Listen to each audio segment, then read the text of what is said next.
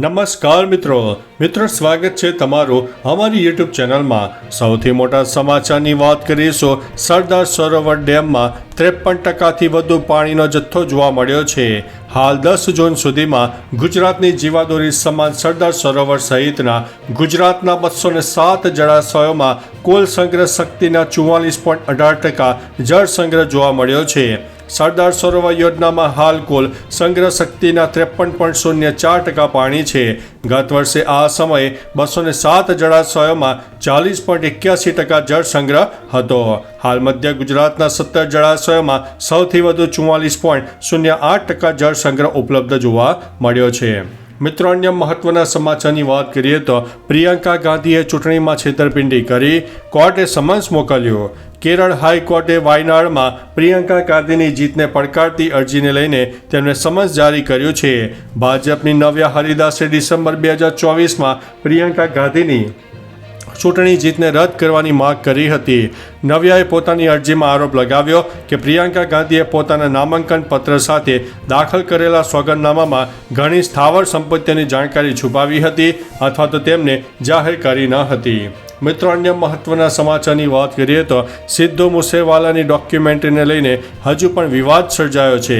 Punjabi singer Sidhu મૂસેવાલા પર આધારિત એક ડોક્યુમેન્ટરીની 11 જૂનના રોજ મુંબઈના જુહુમાં સ્ક્રીનિંગને લઈને વિવાદ થયો છે। મૂસેવાલાના પિતા બલકૌરસિંહે માનસા કોર્ટમાં અરજી દાખલ કરીને આ ડોક્યુમેન્ટરીના પ્રસારણ પર રોક લગાવવાની માંગ કરી છે। તેમનો આરોપ છે કે આ ફિલ્મમાં અનઅધિકૃત અને સંવેદનશીલ સામગ્રી બતાવવામાં આવી છે। મિત્રો, અન્ય મહત્વના સમાચારની વાત કરીએ તો ગુજરાતમાં દર મિનિટે 2 બાળકોનો જન્મ થાય છે। ગુજરાતમાં એક વર્ષમાં 4.88 લાખ મૃત્યુ જ્યારે 11.26 લાખ બાળકોનો જન્મ થયો છે। 365 દિવસમાં 5,25,666 મિનિટ હોય છે। તે હિસાબે પ્રતિ મિનિટે સરેરાશ 2 બાળકો ગુજરાતમાં જન્મે છે। સૌથી વધુ મૃત્યુ અને જન્મ મામલે અમદાવાદ જિલ્લો મોખરે છે, જ્યારે એક વર્ષમાં 65,416 લોકોના મૃત્યુ અને 1.24 લાખ બાળકોનો જન્મ થયો હતો। ગુજરાતમાં ગ્રામ્ય વિસ્તારો કરતાં શહેરી વિસ્તારમાં બાળકોના જન્મનું પ્રમાણ વધારે છે।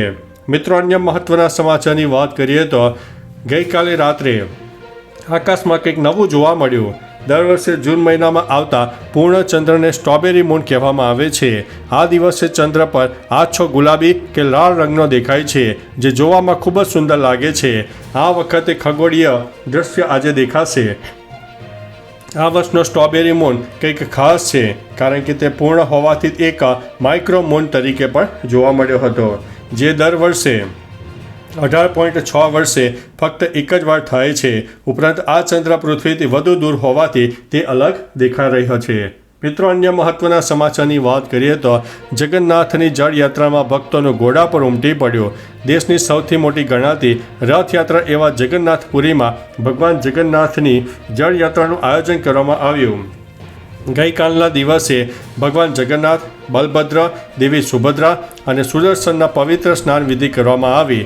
જળયાત્રાના દર્શન કરવા લાખોની સંખ્યામાં ભક્તો ઉમટી પડ્યા હતા। મહાપ્રભુ શ્રી જગન્નાથ, શ્રી બલભદ્ર અને દેવી સુભદ્રાના સ્નાન મંડપમાં લાખો ભાવિક ભક્તોએ દર્શન કરીને ધન્યતા અનુભવી હતી। મિત્રો, અન્ય મહત્વના સમાચારની વાત કરીએ તો ભાવેશ મંગાને જાહેરમાં મેથી પાક મળ્યો। અમદાવાદના ગીતા મંદિર એસટી સ્ટેશન પાસેનો એક વિડીયો વાયરલ થયો છે, જેમાં ગીતા મંદિર વિસ્તારમાં ભાવેશ મંગાને જાહેરમાં મેથી પાક મળ્યો। અહીં વેપારીએ ભાવેશને માર્યો હતો। ઉલ્લેખનીય છે કે ભાવેશ મંગા સામે ઘણા ગુના નોંધાયેલા છે। ભાવેશે પોલીસ અને વેપારીઓ પર હુમલો કર્યો હતો। પોલીસે ભાવેશ સામે 3 ગુના નોંધ્યા છે। ભાવેશ વેપારીઓ પાસેથી ખંડણી માંગવાના કેસમાં પણ ઝડપાઈ ચૂક્યો છે। મિત્રો, અન્ય મહત્વના સમાચારની વાત કરીએ તો પીએમને મળનારા મંત્રીઓને RT-PCR ટેસ્ટ કરાવવો પડશે। દેશમાં કોરોના વાયરસના કેસો અને મૃત્યુની સંખ્યા ઝડપથી વધી રહી છે। આને જોતા વડાપ્રધાન નરેન્દ્ર મોદીને મળનારા તમામ મંત્રીઓ માટે RT-PCR ટેસ્ટ કરાવવો ફરજિયાત કરી દેવામાં આવ્યો છે। મીડિયાના રિપોર્ટમાં સરકારી સૂત્રોના હવાલાથી આ જાણકારી મળી છે। દેશભરમાં કોરોના એક્ટિવ કેસની સંખ્યા 7,121 ઉપર પહોંચી ગઈ છે. ગત 24 કલાકમાં 300થી વધુ નવા કેસ પણ સામે આવ્યા છે. મિત્રો, અન્ય મહત્વના સમાચારની વાત કરીએ તો રાજા રઘુવંશી હત્યા કેસમાં મોટો ખુલાસો થયો છે. સોનમે હત્યા કરી હતી. મેઘાલય પોલીસે દાવો કર્યો છે કે સોનમે રાજા રઘુવંશીની હત્યાની કબૂલાત પણ કરી છે. શિલોંગના પૂર્વ ખાસી હિલ્સના એસપી વિવેક સંયમે જણાવ્યું હતું કે પોલીસ કસ્ટડીમાં સોનમે સ્વીકાર્યું છે કે હત્યામાં તેનો હાથ છે. હાલમાં તે લવ એંગલ ચાલી રહ્યું છે, પરંતુ તપાસ બાદ બધી બાબતો બહાર આવશે. અમે સોનમ માટે 10 દિવસના રિમાન્ડની માંગ કરીશું. બધા પુરાવા એકત્રિત કરીને કોર્ટમાં રજૂ કરવામાં આવનાર છે. મિત્રો, અન્ય મહત્વના સમાચારની વાત કરીએ તો ધાંગધ્રા હળવદ હાઈવે પર ટ્રક ડ્રાઈવરોએ ચક્કા જામ કર્યો. સુરેન્દ્રનગરના ધાંગધ્રા હળવદ હાઈવે પર સોલડી ટોલ પ્લાઝામાં ટ્રક ડ્રાઈવર અને ક્લીનર પર હુમલો થયો હતો. અન્ય ટ્રક ચાલકોએ 6 કલાક સુધી ચક્કા જામ કરતા હાઈવેને બંને બાજુથી 5 થી 7 કિલોમીટર જેટલી લાંબી લાઈનો લાગી હતી. ધાંગધ્રા ડીવાયએસપી સહિતનો કાફલો ઘટના સ્થળે પહોંચી ગયો હતો અને ટ્રક ચાલકોની સમજાવટ કરીને ધીમે ધીમે ટ્રાફિક હળવો કરાવ્યો હતો. મિત્રો, અન્ય મહત્વના સમાચારની વાત કરીએ તો તલાટી ભરતીમાં 4 લાખથી વધુ ફોર્મ ભરાયા. ગુજરાત ગૌણ પસંદગી મંડળે તલાટીની ભરતી પ્રક્રિયા હાથ ધરી છે. રાતના 12 વાગ્યા સુધીમાં ઉમેદવારે ફોર્મ પણ ભર્યા હતા.